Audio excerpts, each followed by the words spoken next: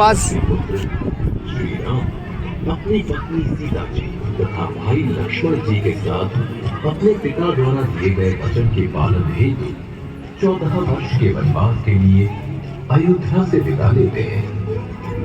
समय की तीव्र गति के साथ वनवास के 13 वर्ष पूरे हो चुके हैं।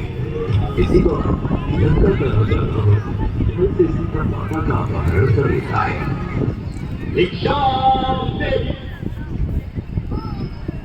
सुखी रहो पुत्री। क्या साधु को भिक्षा मिलेगी पुत्री? अवश्य ऋषिवर। इधर आइए ऋषिवर, दान ग्रहण कीजिए। मैं त्यागी हूँ पुत्री। किसी भवन की छाया भी मेरे लिए वंचित है। तुम यहाँ आकर भिक्षा। क्षमा करें महामुनि, मैं ये नहीं कर सकती। मैं ये रेखा नहीं ला सकती। कौन है? गौर अपमान। मैं तुम्हारे दान का भूखा नहीं। यदि देना है तो लेना, नहीं तो मैं चाहता हूँ स्मृति रहे। द्वार पर आए साधु का निरादर ईश्वर भी क्षमा नहीं करता। निरंजन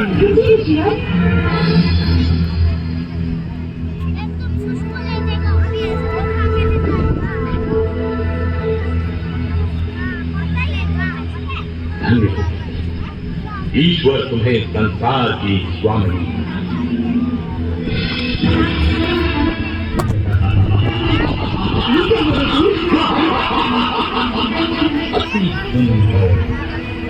मेरा हाथ छोड़ बलचक, नहीं तो मारा जाएगा।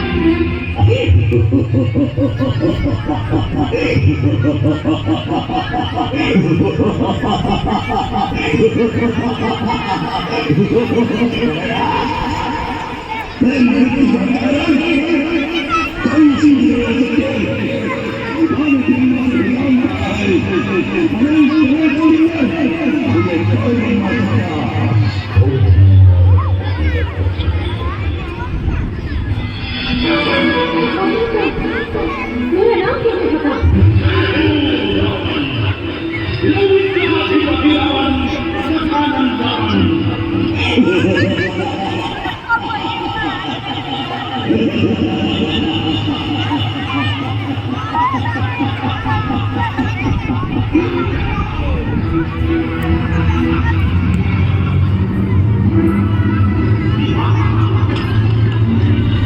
सीता जी की खोज के दौरान श्री राम और लक्ष्मण जी की भेंट ब्राह्मण का रूप धारण किए हुए हनुमान जी से होती है। हे ऋषि, आप कौन हैं? आपको देखकर ऐसा प्रतीत हो रहा है मानो आप किसी की तलाश में हैं।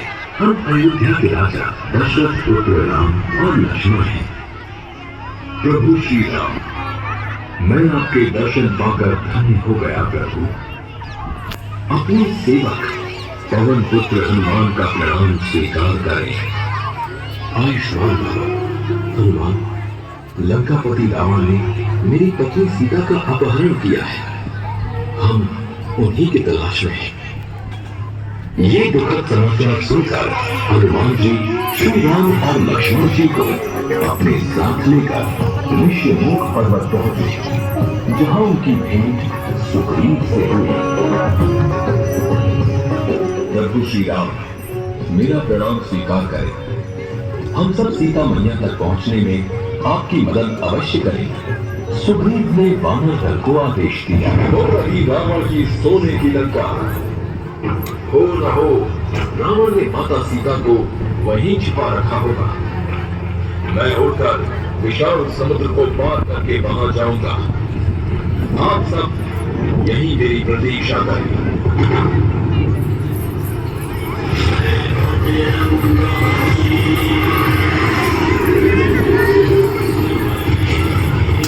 हनुमान जी ने लंका पहुंचकर अत्यंत छोटा रूप धारण किया और माता सीता को ढूंढते ढूंढते अशोक वाटिका जा पहुंचे, जहां सीता माता दुखी बैठी थी। उन्हें देखकर हनुमान जी ने उनके सामने श्री राम द्वारा दी गई अंगूठी गिरा दी। ये अंगूठी तो मेरे श्री राम की है। कहाँ है मेरे प्रभु?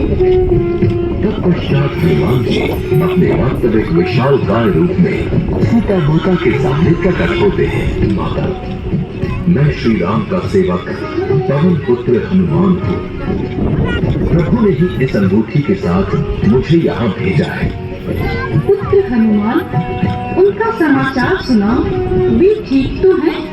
हनुमान जी ने श्री राम का समाचार सुनाते हुए माता सीता को धैर्य रखने के लिए कहा। माता, आपकी आज्ञा तो इस वाटिका में लगे फल खाकर अपनी भूख मिटाऊं। माता सीता की स्वीकृति मिलते ही हनुमान जी ने खूब उछल कूद की और फल तोड़कर खाए। ये देखकर पहरेदारों ने उन्हें काबू में करना चाहा, लेकिन असफल रहे। अंततः रावण का पुत्र मेघनाद आया। तत्पश्चात हनुमान जी अपनी इच्छा अनुसार बंदी बन गए, क्योंकि वे लंकापति रावण से भेंट करना चाहते थे। तू कौन है रावण? तूने अशोक वाटिका में घुसने का साहस कैसे किया? मैं प्रभु श्री राम का दूत हनुमान सीता माता की खोज में यहाँ आया। लंकापति, आप माता सीता को आदर सहित श्री राम को लौटा दें, इसी में आपकी भलाई है। अन्यथा आपका अंत निश्चित है। सीता को लौटा दे, कदापि नहीं।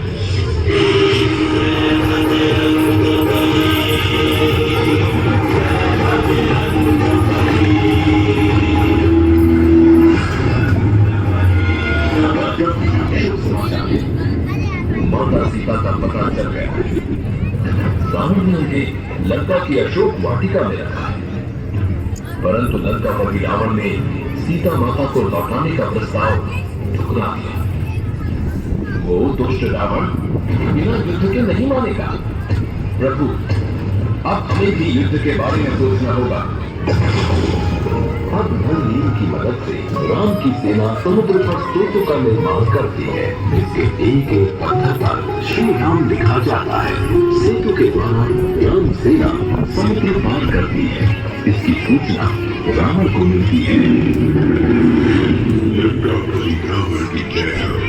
राम मानव सेना सहित समुद्र पार कर आगे बढ़ रहे हैं। क्या इतना विशाल समुद्र पार कर लिया? लेकिन वे लंकापति रावण की शक्तियों से अनजान है। पिताश्री, आने दीजिए उन्हें। वे मेरे प्रहारों का सामना नहीं कर पाएंगे। मैं भी पूरी सेना को ध्वस्त कर दूंगा।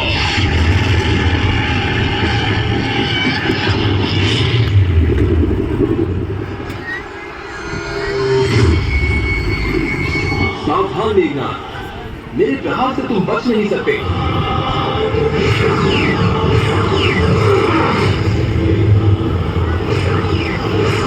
मेघनाद के शक्तिवान से आहत होकर लक्ष्मण जी मूर्छित हो जाते हैं। ये मूर्छित हुए, इनके उपचार हेतु पर्वत से संजीवनी बूटी लानी होगी, जो दिखने में अत्यंत चमकीली होती है। इनकी जीवन रक्षा उसी संजीवनी बूटी से संभव है। अन्यथा प्रभु, आप चिंता न करें, मैं पर्वत पर जाकर संजीवनी बूटी लाऊंगा। आप प्रतीक्षा करें। जय श्री राम।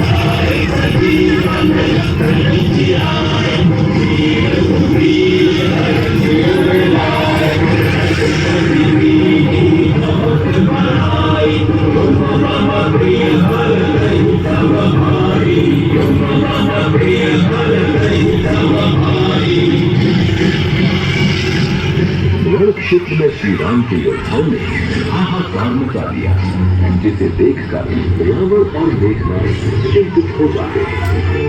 महाराज, आपके भ्राता कुंभकर्ण का राम ने वध कर दिया। नहीं, ऐसा नहीं हो सकता। मेरा भ्राता नहीं मर सकता।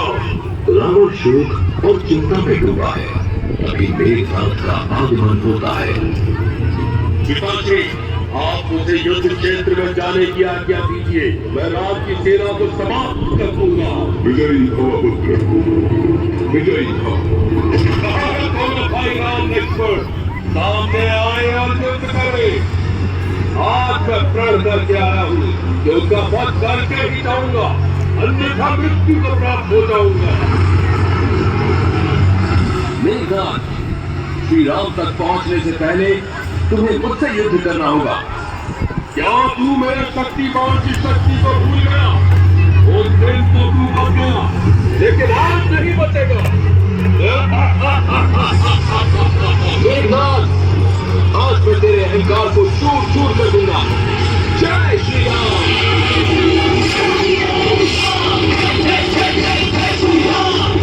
लंकापति, एक दुखद समाचार है। राजकुमार मेघनाथ का लक्ष्मण ने वध कर दिया। असंभव। मेरे शक्तिशाली पुत्र मेघनाथ का वध कोई नहीं कर सकता। मेघनाथ की मृत्यु के बाद रावण को ऐसा लगा जैसे उसका प्राणघात कर गया हो, किंतु उसका शोक शीघ्र ही आक्रोश में बदल गया। वो दमदमाता हुआ रण क्षेत्र में प्रवेश कर रहा है। सावधान लंकापति रावण! राम, अभी तो बालक है, बालक। इस लंकापति रावण को पराजित करना तेरे बस में नहीं है। लंकापति रावण, इतना अहंकार उचित नहीं। तुम इतने बड़े विद्वान हो, अतः यह तो क्या ही होगा कि विनाश काले विपरीत बुद्धि, तभी तुमने सीता का अपहरण करने का दुस्साहस किया।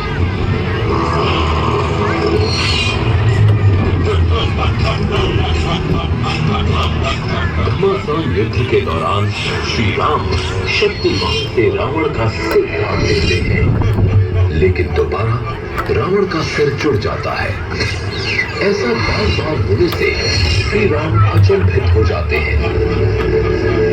राम, तू चाहे जितना प्रयत्न कर ले, मेरा वध नहीं कर सकता।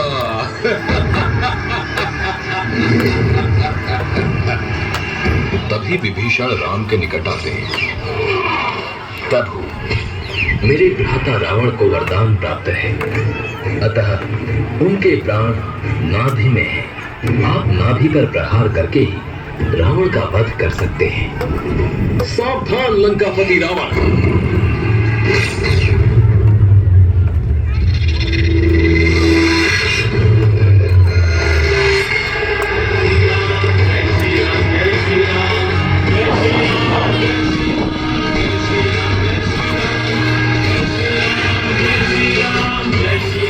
समाप्ति के उपरांत विभीषण का विधि पूर्वक राज्याभिषेक किया जाता है।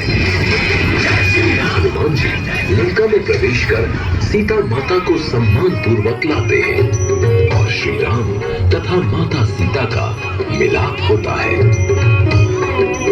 14 वर्ष की अवधि समाप्त होने के उपरांत श्री राम, सीता माँ, लक्ष्मण जी तथा हनुमान जी के साथ अयोध्या पहुंचे। अयोध्या वासियों ने उनका स्वागत किया।